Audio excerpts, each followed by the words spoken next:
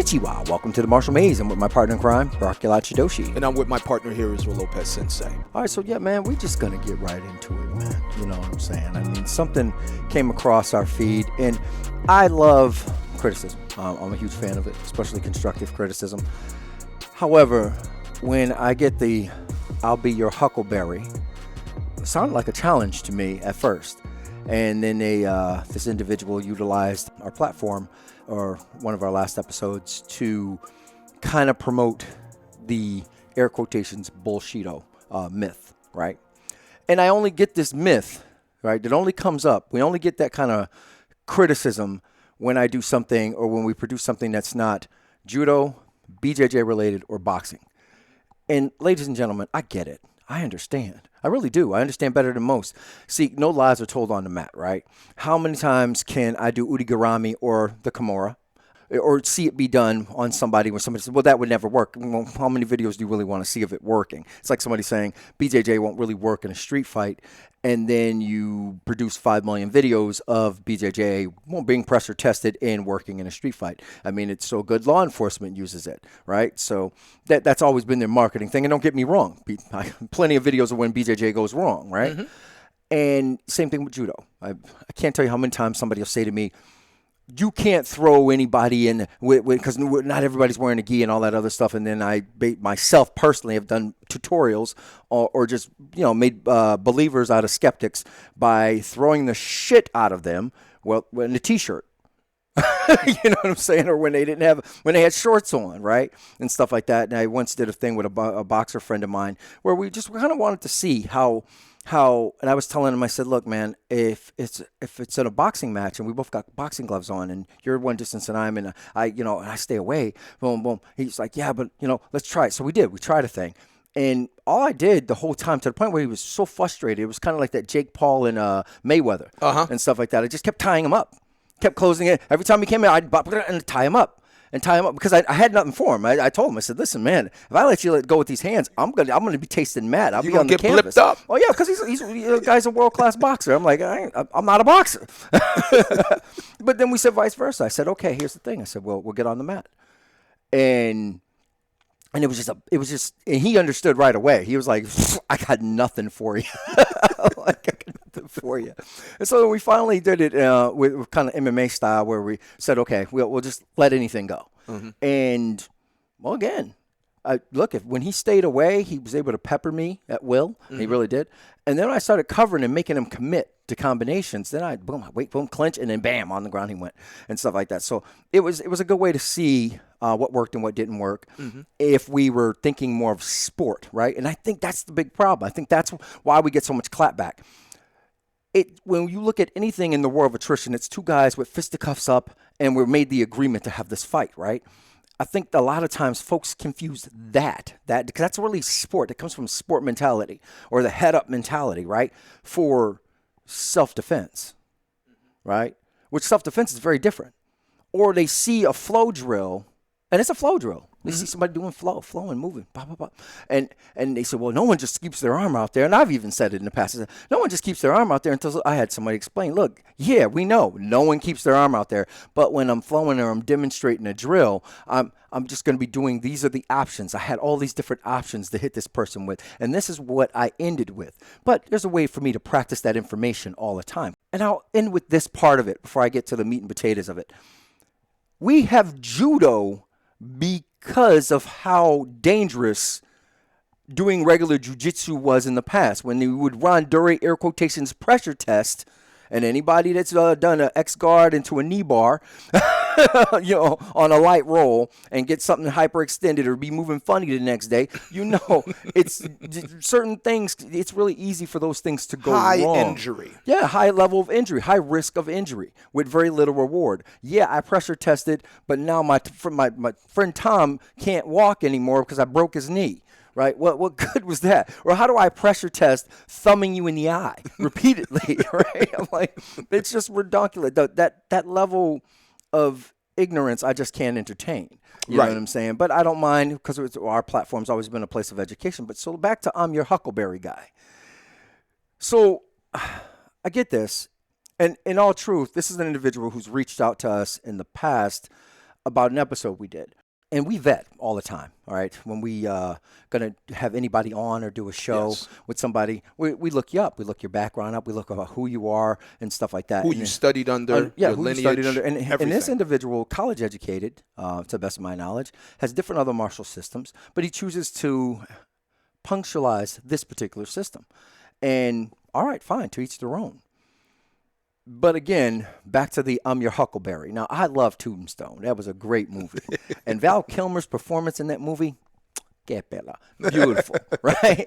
I'm like, but when somebody says I'm your Huckleberry, I'm like, are you challenging us? Are you challenging somebody here? What's going on? Mm-hmm. And then I start, of course, researching a little more. And I see that, well, I don't mind spoofing the Marshall Maze. I'm like, hey, flattery, imitation, comedic, whatever. I'm like, hey, I love it. Appreciate you, brah. However, then I started seeing other prominent New York martial artists. And what bothered me wasn't that it was other prominent New York martial artists, is that this individual mixed full-on bullshit martial art. And I'm going to say that, like the guy who's kind of putting his hand out and everybody falls down 20 times. He has that content along with what we know to be solid content. And when I say solid content, I'm talking about folks that have been battle-tested in New York City, who've fought the fights, who've done all this stuff, got accolades. Man, he even had he was trying to clown Billy Blanks, bro. And I'm going, what is happening right now? And then, of course, I noticed that he clowned Haskins Sensei Underground Alliance. He had one. And then he went as far as to even have Zahilia Anderson clowning. What? I'm going, okay, wait a minute. What's going on here? What is happening right now? I said, this has got to be, we're being punked, right? And so I start looking at all these folks and I'm thinking, this guy's in New York, and it's all in the I'm Your Huckleberry series. Now, I know there are plenty out there that might know what I'm talking about, right? And in the Marshall Maze, I've never been a fan. Unless you're a pedophile, unless you're in that level of a bad guy, a despicable human being, we won't call you out. We won't. I'm like, but I'm going to give you your 15 minutes, though. And this is your 15 minutes here on the Marshall Maze. We're giving you your 15 minutes because clearly I figured the spoofing was really geared around, hey, instead of reaching out and being on the show, saying your piece, you went at it another way. So, okay, all right, we'll entertain you. You know what I'm saying? I'm like, we'll dance the, like, whoa, whatever. With that being said, but here's the thing. You're in New York City. Mm-hmm. And you're making all these claims about all these other martial arts in New York City. So, of course, I reach out to a lot of these folks and just asking. I said, hey, this is an individual ever been to your school? And we all know what the answer I got. No. The same reason why he's never been to mine. We're here. Yeah. You know what I'm saying? I mean, you want to come through again. I make believers out of skeptics every day.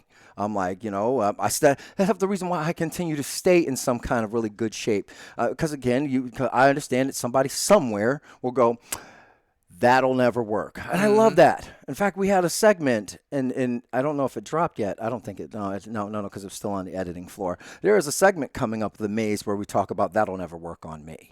I'm like, because it's an enjoyable thing. Yeah. I love it. I love entertaining it. It'll never work on me. Or...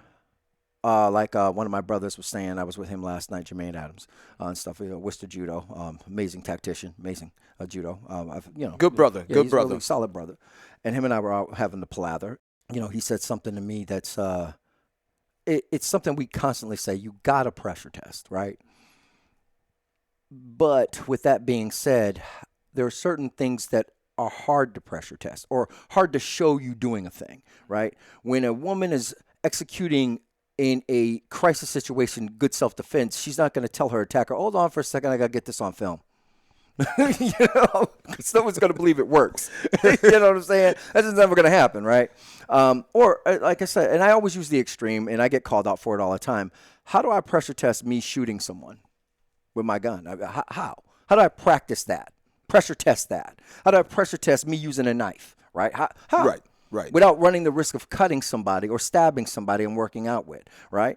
I mean, I got to have some kind of degree of control, some kind of degree of pushback. And I get it. You fight the way you train, right? And we all know that. That's truth, right? But when in the sphere of self-protection, self-defense, you have to take it at its face value. You know what I'm saying? You have to understand that a lot of these techniques battle tested. When we say battle tested, what we mean is somebody somewhere utilized this over and over again to do a thing, to shut someone down. My favorite ones is anything that has to do with muscle disruption. And I love it all the day long. And I always tell somebody who says, that will never work. I said, look, we watch it happen in MMA all the time. Guys get leg kicks. That leg kick didn't look like it hurt until he tried to move his leg. Now his leg is shut down, right? And those are trained individuals, meaning these guys they train to get these leg kicks, and it's their leg getting shut down. What happens when you hit somebody, and I say this all the time, when I throw someone who's never been thrown, the look of sheer terror in their eyes when they hit that mat and they look up at me and see me towering over them, even guys bigger than me and stuff. And I'm a big dude, so when I'm saying somebody bigger than me, 300-plus pound dude, and I throw them, launch them into the stratosphere, and I'm over them standing there, and even from the way they hit the mat, and this is the cushy pads, and they look up, and they're like, if that wasn't there. Yo, and I'm like, yeah, I know. I was that way too once. Come on, let's keep working. You know what I'm saying? It's one of them things. Or even, and I'll circle back. I love boxing, and anyone who knows me knows I love boxing. It's a sweet martial art. I call it a martial art. Well, other people call it sport. Sweet martial art of boxing. When the first time, I remember Roger Perot broke my ribs. When he punched my arm up into the air, and then I could see what was coming next in slow motion. And he had the big-ass training gloves on, right? And anyone who boxes knows what I mean with the training gloves. Big-ass training gloves on. But the combination was, and he literally, and it didn't even seem like much, he literally pop. And and it was from that close. And and when he hit me, it was with that kind of ease. He brought one over. I went to parry. He punches my arm in the air. And I'm like, ooh, as he's looking at me, and he had that, and I got to tell you, I had that look of fear, because at that point I knew what was happening, and his eyes were dead, and boom, and he already had the eyes glazed over, and bang, and he already knew he broke my ribs. He already knew, like as soon as he hit, bang, I was like, and he went to retreat back, like he didn't even bother protecting himself. Because he knew the job was already mission accomplished and stuff like that. But no, when I say mission accomplished, it's because even when I'm losing, I'm like who's that? The basketball player that used to talk a lot of shit. KG. Was it KG? No, you got me lost. I'm like, yeah. Either way, man, your wife smell like Honey Nut Cheerios. That dude. Yeah. So even when when you're beating my ass, I'm still going to be talking shit. Right? So in this particular case, this was a long time ago. And he literally, and I'm like, oh, judo still sucks as I drop to the ground. It's one of those moments. But anyway, I digress. I got to say, though, the only other thing that really bothered me about this individual is in the real world, with all the things that we're going to right now in this country, right now, whether you believe in politics or don't believe in politics, politics believes in you. Look, our history, everything we are is currently under attack, being assaulted, being erased. I have zero to no respect for any black man that keeps wanting to perpetuate the stereotype of the ignorant, thuggy black man and stuff like that. That just gets under me some way, somehow. That's a despicable thing. It's like black women have worked really hard to change the narrative of welfare queen and baby machine, right? We don't look at it, and anytime even somebody even tries to make that statement, we just bigot. You know what I'm saying? Bigot, woman hater. Yeah, right, all of that. We know who you are. We see you for what you really are. It's no different for a black man. Like, when you come at black folks from a place of ignorance, and you're black doing this, you know what I'm saying? And I'm going to say willful ignorance. Because again, it'd be one thing if this individual went around, hey, look, challenging people, or actually walking into their dojos and putting in work, and good. That's healthy. That's okay. Maybe what you do works, maybe it doesn't work, right? Or at least that way you come away with something, some way, somehow. And that's a good place of education, good dialogue, right? But when you're just yamming this and demonstrating that, but you ain't coming through, I have a problem with that myself. A lot of us we have locations.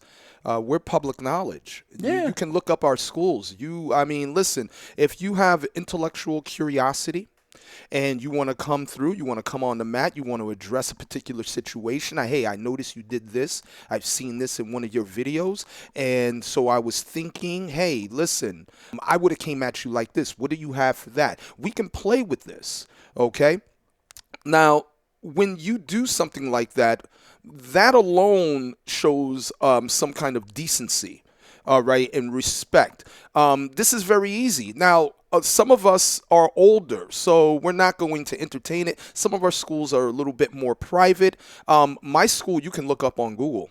All right, there's nothing for you to give me a call and come on my mat and we can play.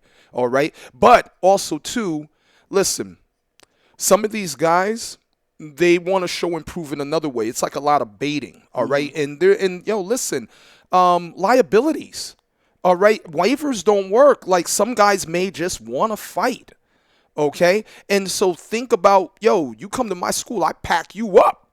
All right. No matter even if you sign a waiver, think about the repercussions. Everything that I built is lost, and you're going to the bank laughing because you got everything. Well, you destroyed me. And I was thinking about that, and I was thinking about that's maybe why some of these other folks didn't entertain it.